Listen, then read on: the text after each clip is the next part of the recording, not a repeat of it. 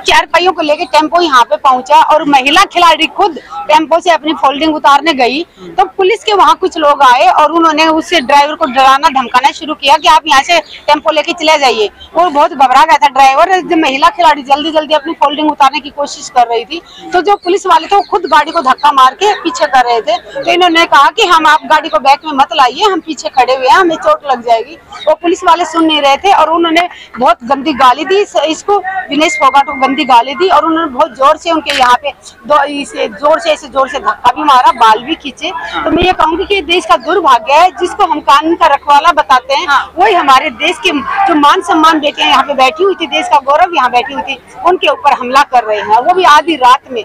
उससे महिला पुलिस वाली कहाँ मौजूद थी कि मतलब पुरुष जो आए मैं यही कहना चाहूंगी कि अगर महिला हमारी कुछ ऐसा कर रही थी तो महिला पुलिस कर्मियों को वहाँ पे होना चाहिए था। महिला पुलिस थी यहाँ पे लेकिन उस टाइम जहाँ पे ये वाक्य हुआ वहाँ पे वो मौजूद नहीं थी। तो मैं यही कहना चाहूंगी कि दिल्ली के कमिश्नर को कि कम से कम आप अपनी पुलिस को क्या शिक्षा दे रहे हैं, क्या ट्रेनिंग दी है इनको कि आप एक महिला को जाके धक्का मारेंगे, महिला के बाल नोचेंगे और एक महिला को बहन की गाली देंगे। दिल्ली पुलिस के कमिश्नर से एक सवाल करना चाहती हूँ कि अगर आपकी बेटी होती इन 7 महिलाओं ने जो शिकायत की है तो क्या तब भी इतना टाइम लगता? क्या तब भी आप शिकायत दर्ज नहीं करते? या तब भी अगर कोर्ट का ऑर्डर होने के बाद भी आप उसको गिरफ्तार नहीं करते?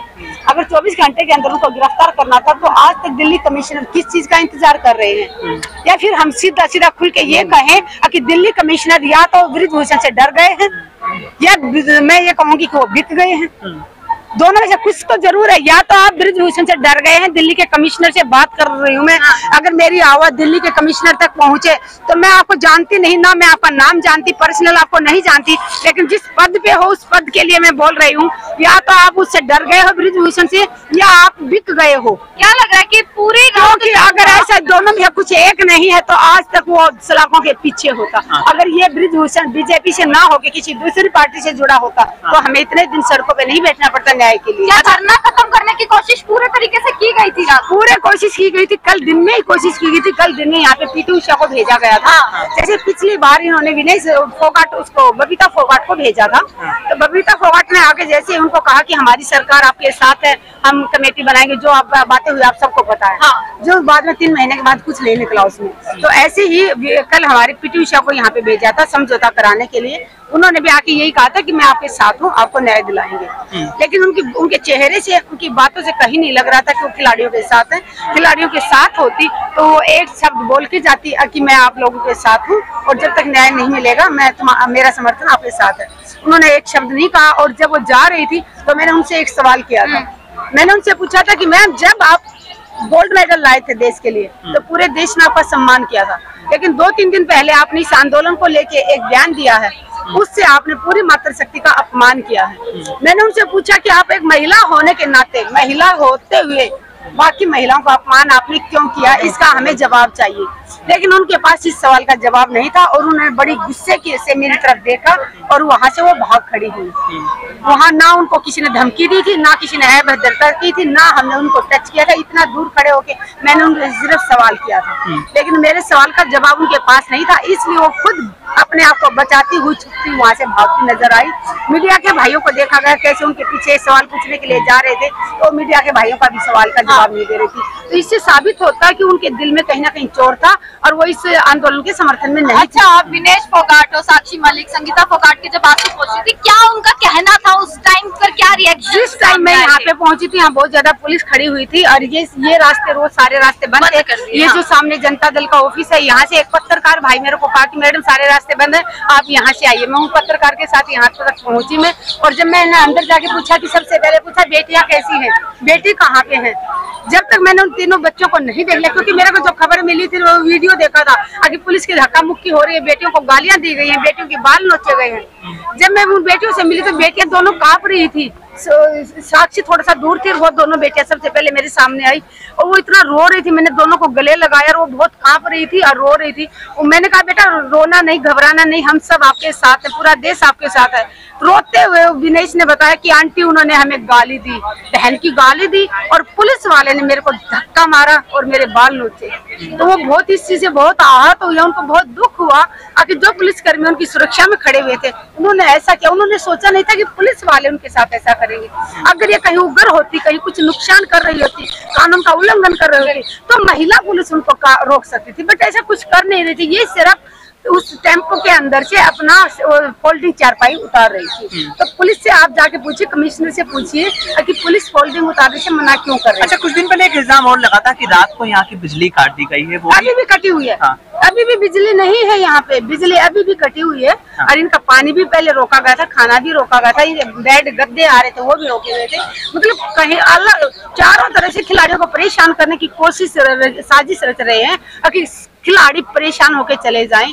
लेकिन जो अपना मान सम्मान होता ना, उससे ज्यादा यहाँ धूप में बैठना, बारिश में बैठना, बिना बिजली के रहना, ये कोई परेशानी नहीं है। जो उनका शोषण हुआ है और जो शोषण करने वाला खुले आम घूम रहा है, वो सबसे बड़ा दुख देता है। अच्छा, ब्रजभूषण के लगातार बयान आ रहे हैं कि ये झूठे आरोप हैं, लगातार जो है वो शक्ति प्रदर्शन भी करने की कोशिश कर रहे हैं, किसी न किसी तरह से शक्ति प्रदर्शन दिखा रहे हैं। कभी मन की बात में 2.5 लाख लोगों की बात कर रहे हैं कि मन की बात सुनने के लिए हमने 2.5 लाख लोग बुलाए, कभी किसी तरह से लोगों को जोड़ रहे हैं। देखिए, वो अपने आप को बहुत बाहुबली सोचते हैं, वो अपने आप को बहुत बड़ा डॉन समझते हैं। हाँ। लेकिन मैं उनको बता दूं, ब्रजभूषण को कानून के हाथ बहुत लंबे होते हैं। अच्छा। जिस दिन कानून अब ईमानदारी से अपना काम करेगा, ब्रजभूषण आपको घर से निकाल के लाएगा, सलाखों के पीछे डालेगा। हाँ। और वो दिन दूर नहीं जब आप सलाखों के पीछे होंगे और इन बेटियों को न्याय मिलेगा। हाँ। अच्छा मैम, ऐसा भी तो हो सकता है, एक आरोप ये भी लगाया जा रहा है कि जब फोल्डिंग ला रहे थे, इतनी तमाम फोल्डिंग्स आई, ऐसा लग रहा था कि जैसे कोई बड़ा प्रदर्शन का रूप लेने वाला है या कुछ बड़ा होने वाला है, जिसके बाद दिल्ली पुलिस ने जंतर मंतर में जगह कहाँ छोड़ी है पुलिस ने? हाँ।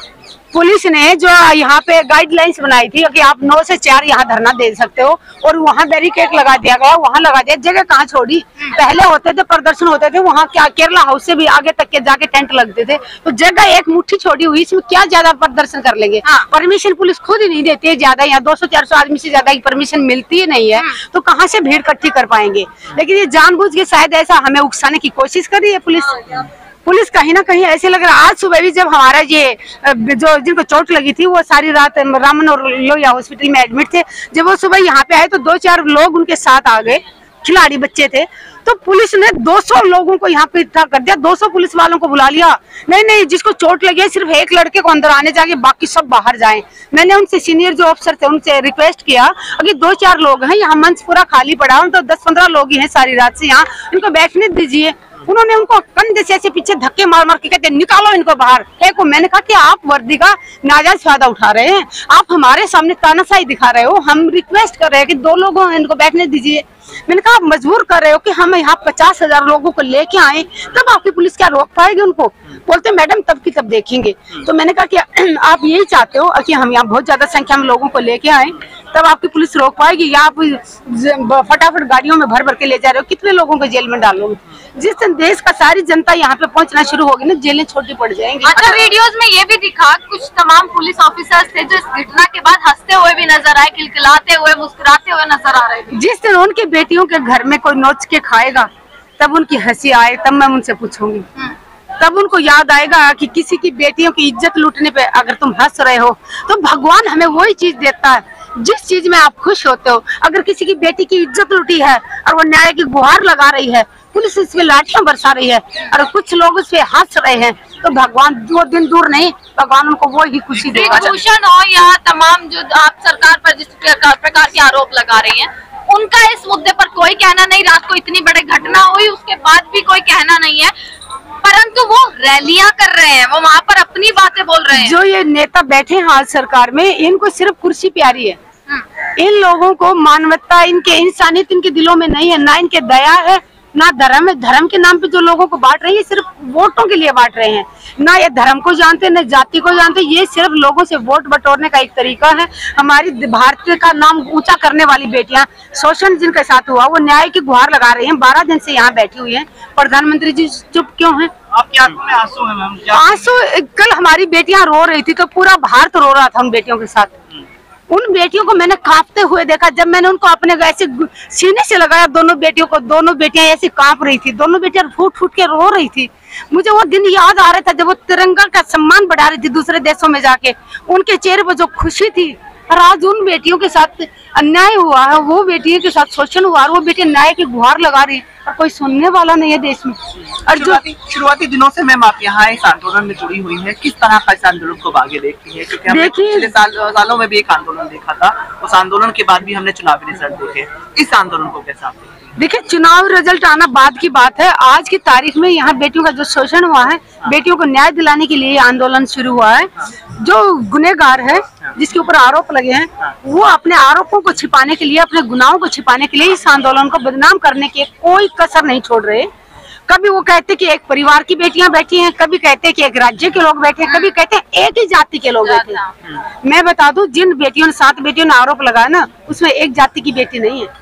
मैं जाति में विश्वास नहीं रखती, लेकिन उन लोगों को बताना चाहती हूँ, जिन बेटियों ने आरोप लगाए ना, जब कभी आगे जाके खुलासा होगा, आज हम उनका नाम बताएंगे, ना गांव का नाम, ना शहर का नाम, ना राज्य का नाम, की बेटियां कहाँ की, क्योंकि वो पूरे भारत की बेटियां, लेकिन उनमें सभी जाति की बेटियां हैं, इतना आप याद रखना। कर्नाटक में हम लगातार सुन रहे हैं, पीएम मोदी की रैलियों में भी महिला सम्मान की बात होती है, महिला सशक्तिकरण की भी बात होती है, तमाम चीजों की बात होती है, लेकिन यहाँ महिलाएं बैठी हुई हैं और पुरुष पुलिस पर आरोप है कि महिलाओं के साथ आधी रात को अभद्रता हुई है, लेकिन कोई ट्वीट नहीं, कोई बयान नहीं करेंगे। ये देश में जो सच बोलने वाले हैं उनको दबाने की कोशिश करते हैं, और जो बाहुबली हैं, जो अपने आप को बहुत बड़ा डॉन समझते हैं, उनका संरक्षण कर रहे हैं। हाँ। पुलिस के अधिकारी से मैं कई बार बोल चुकी हूँ, मैं उनको पर्सनल नाम दो, मैं उनका नाम जानती हूँ, जो कमिश्नर हैं दिल्ली पुलिस की, और ना मैं उनको चेहरे से जानती हूँ, लेकिन जिस पोस्ट पे बैठे हैं मैं उससे कहना चाहूंगी कि जितना जल्दी हो सके आप संज्ञान ले लें, वरना वो दिन दूर नहीं जब मातृ शक्ति आपके घर में आके आपसे ये सवाल करेगी कि आपने FIR दर्ज तो नहीं की थी,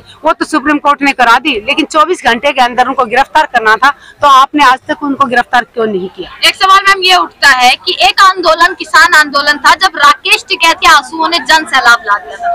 विनेश फोगाट तमाम खिलाड़ियों के आंसू कितना जन सैलाब ला पाएंगे, या जंतर मंतर पर अभी भी देख रहे होंगे कि कितने लोग यहाँ पर हैं? जन सैलाब आ रहा है, रात को यहाँ इतने ज्यादा संख्या में लोग पहुँच रहे थे। हाँ। बैरिकेड लगा के उन लोगों को हमारे तक पहुंचने नहीं दिया गया। हम 20-22 लोग यहाँ पे अंदर बैठे हुए थे, हमारे तक नहीं पहुंचने दिया गया। जितने बसों में भरते गए और उनको उठा के ले जाते गए, लाठियां बरसा रहे थे। यहाँ मेरे सामने बैरिकेड से कुछ हमारे भाई, किसान भाई भी थे, यहाँ जंप